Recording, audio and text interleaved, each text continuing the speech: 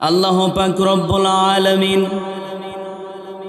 কাল কিয়ামতের মাঠে বিচার দিবসের দিন একজন গোলামকে, একজন বান্দাকে তার চাদরের আওতায় নিয়ে আসবেন, তার কাছে নিয়ে আসবেন,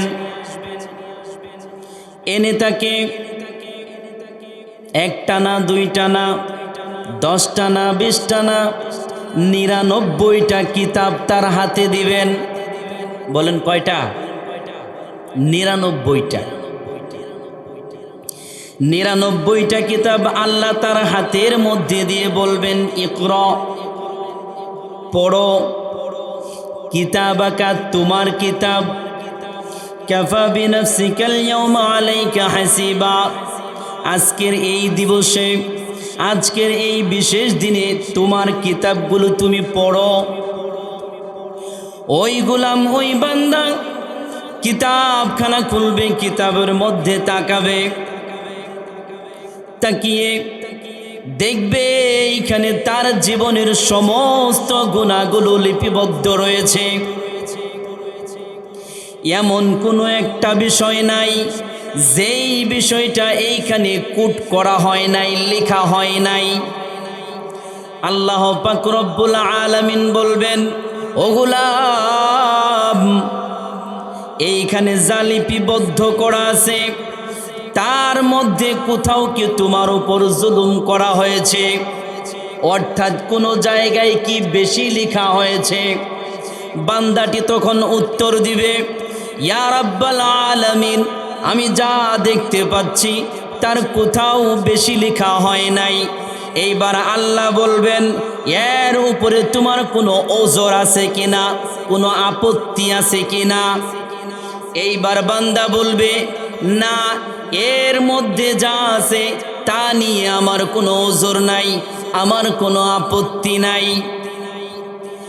এইবার বান্দা বলবে, হে আল্লাহ, আমার তো জান্নাত পাওয়ার কোনো আশা নাই। 99টা কিতাবের এক একটা কিতাব এত বড়, এত বড়, চোখের দৃষ্টিসীমা যত দূর পর্যন্ত যায়, এক একটা কিতাব হচ্ছে তত বড়। এইবার বান্দা জান্নাতের আশা ছেড়ে দিবে।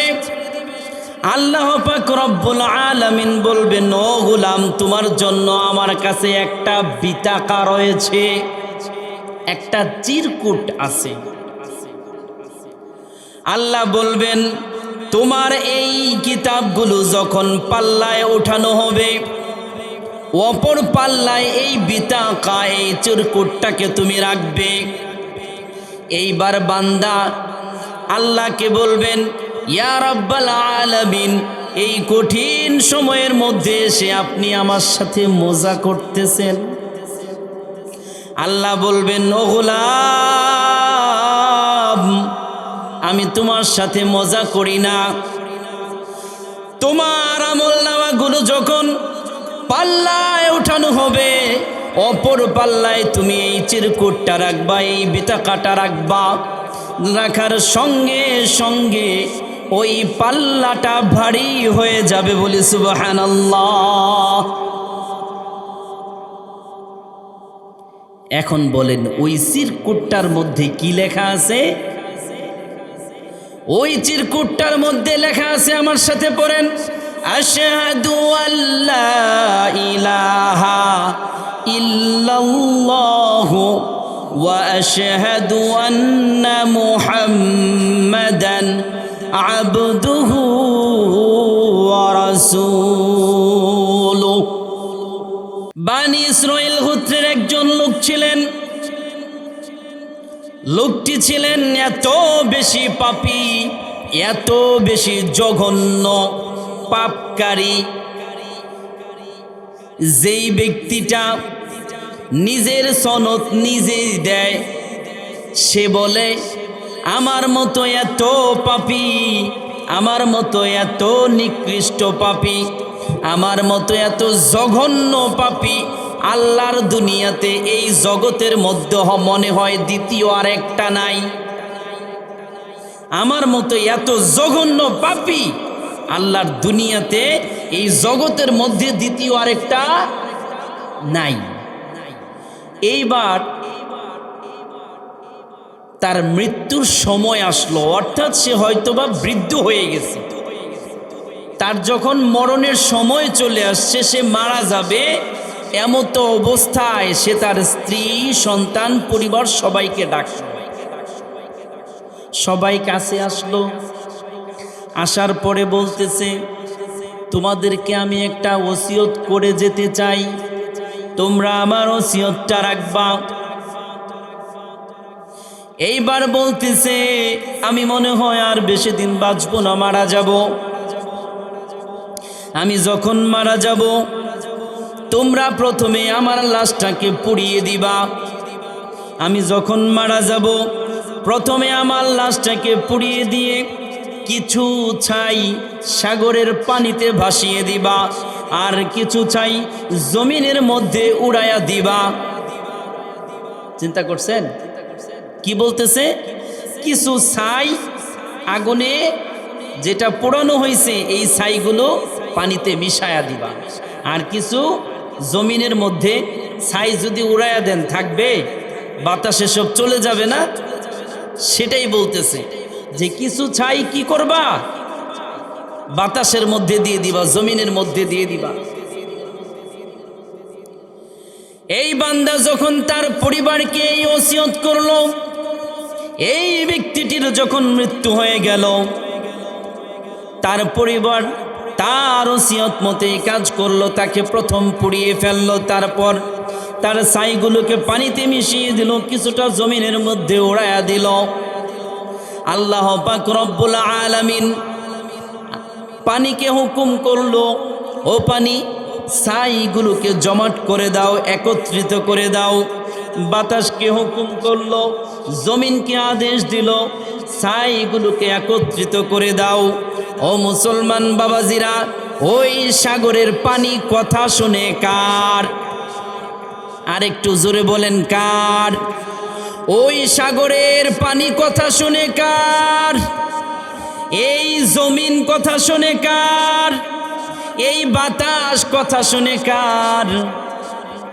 আল্লাহ পাক রব্বুল আলামিনের হুকুমে ছাইগুলোকে একত্রিত করে ফেলা হলো।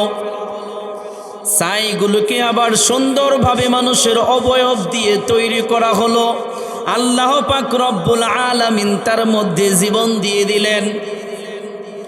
এইবার তাকে প্রশ্ন করলেন, ও মিয়া, তুমি কেন এটা করলা? তখন সে উত্তর দেয়, ইয়া রাব্বাল আলামিন, আমি এই জন্য করেছি, এই জগতের মধ্যে আমার মতো পাপিষ্ঠ, এই জগতের মধ্যে আমার মতো নিকৃষ্ট, এই দুনিয়ার মধ্যে আমার মতো গুনাহগার দ্বিতীয় আর একজন নাই। আমি বিশ্বাস করি আপনি যদি আমাকে ধরতে পারেন, আপনি যদি আমাকে পান, তাহলে এমন শাস্তি দিবেন, জগতের মধ্যে এমন শাস্তি দ্বিতীয় আর আপনি কাউকে দেন নাই। আমি আপনাকে ভয় করেছি, আমি আপনাকে রব হিসেবে, আমি আপনাকে মালিক হিসেবে একচ্ছত্রভাবে বিশ্বাস করি। একমাত্র আপনি যিনি শাস্তি দিতে পারেন, একমাত্র আপনি যিনি চাইলে শাস্তি থেকে বাঁচিয়ে দিতে পারেন, যিনি আপনি চাইলে আমাকে জাহান্নামে নিক্ষিপ্ত করতে পারেন, যিনি আপনি চাইলে আমাকে জান্নাত দিতে পারেন। আমি এমনটা করেছি শুধুমাত্র কেবলমাত্র আপনার ভয়ে। আল্লাহ বলবেন, তোমার মনের মধ্যে কি আর কিছু নাই? তুমি কি শুধুই আমার ভয়ে করেছ? এইবার ব্যক্তিটি বলবে, হ্যাঁ, এটা কেবলমাত্র শুধুমাত্র আমি আপনার ভয়ে করেছি, আর কোনো কিছুর ভয়ে করি নাই। আল্লাহ তখন বলবে, যাও যাও, আমি তোমাকে মাফ করে দিলাম। এই জায়গায় কি ছিল? তাওহীদ ছিল। আল্লাহর সাথে কাউকে অংশীদার স্থাপন করে নাই, আল্লাহর সাথে কাউকে শরীক করে নাই, আল্লাহর সমকক্ষ কাউকে বানায় নাই। সম্মানিত উপস্থিতি, শুধুমাত্র তাওহীদের কারণে আমাদেরকে আল্লাহ পাক রব্বুল আলামিন হেফাজত করেছেন, ওই লোকটিকে জান্নাত দিয়ে দিয়েছেন। সম্মানিত উপস্থিতি, আমি আপনি যদি জান্নাত চাই তাহলে সর্বপ্রথম আমাদের যেই জিনিসটা লাগবে তার নাম হচ্ছে তাওহীদ। চিৎকার দিয়ে বলেন তো, তার নাম কি? তাওহীদ। তাওহীদ যদি টিকে, আমার আপনার সমস্ত কিছু টিকবে। তাওহীদ যদি না থাকে, আমার আপনার কিছুই থাকবে না। তাই আল্লাহ পাক রব্বুল আলামিনের কাছে আমাদের ফরিয়াদ, হে আল্লাহ, আপনি আমাদেরকে পরিপূর্ণভাবে তাওহীদের উপর টিকে থাকার তৌফিক দান করুন। সকলে বলি আমিন।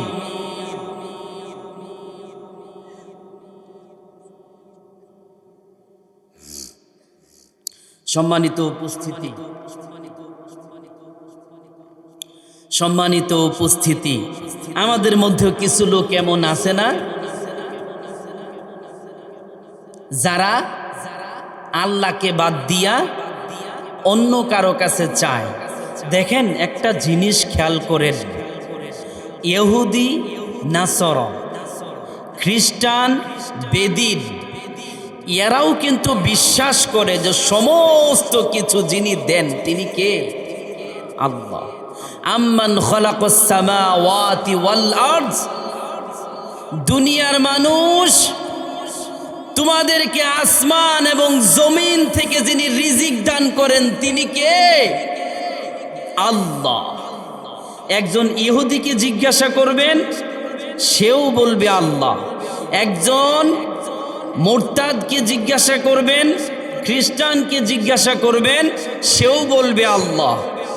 সম্মানিত উপস্থিতি, তাহলে আমরা একমাত্র তাওহীদের উপর টিকে থাকতে চাই, অন্য কোনো কিছুর উপরে আমাদের যাওয়া যাবে না। কিন্তু যারা এখনো আল্লাহকে পাওয়ার জন্য ওই হিন্দুদের মতো সরস্বতী, হিন্দুরা কি করে, তারা ভাবে যে সরাসরি ভগবানকে পাওয়া যায় না, ভগবানকে পাইতে হলে মা সরস্বতীর কাছে যাওয়া লাগবে, ভগবানকে পাইতে হইলে মা কালীর কাছে যাওয়া লাগবে, ভগবানকে পাইতে হইলে বাবা কৃষ্ণর কাছে যাওয়া লাগবে। আমাদের মধ্যে এক শ্রেণীর মুসলমান আছে যারা বিশ্বাস করে আমাকে আপনাকে যদি আল্লাহর কাছে কিছু চাইতে হয়, আমরা সরাসরি চাইলে পাবো না, আমাদেরকে সিলেট শাহজালাল যাওয়া লাগবে, আমাদেরকে চিটাগংয়ের বাইজিদ বুস্তামির কাছে যাওয়া লাগবে, আমাদেরকে আজমির শরীফ যাওয়া লাগবে। সম্মানিত উপস্থিতি, তাদেরকে বলি, এত দূরে না যাইয়া পীর যদি ধরতেই হয় তাহলে সব চাইতে বড় পীর আপনার মা বাবার পায়ে পড়ে থাকে। মা বাবার চাইতে বড় পীর আর নাই। কারণ আল্লাহ পাক রব্বুল আলামিন এর হাবিব জনাবে মুহাম্মদুর রাসূলুল্লাহ সাল্লাল্লাহু আলাইহি ওয়াসাল্লাম তিনি বলেছেন, আল্লাহ পাক রব্বুল আলামিনের পরে অস্তিত্বের দিক থেকে বান্দা পিতা মাতার কাছে ঋণী। আর যদি তোমরা দুনিয়া থেকে জান্নাতের সার্টিফিকেট নিতে চাও তাহলে মা বাবার খেদমত করো, তাদের পরিচর্যা করো, তাদের সেবা শুশ্রূষা করো, তাদের খেদমত করো। এইবার মা বাবাকে ভালোবাসেন এমন কে কে এখানে আছেন? হাত তুলে তো দেখি। মা বাবাকে সবাই ভালোবাসেন? আল্লাহ তুমি এই বান্দাগুলোকে কবুল আর মঞ্জুর করো। সকলে বলি আমিন।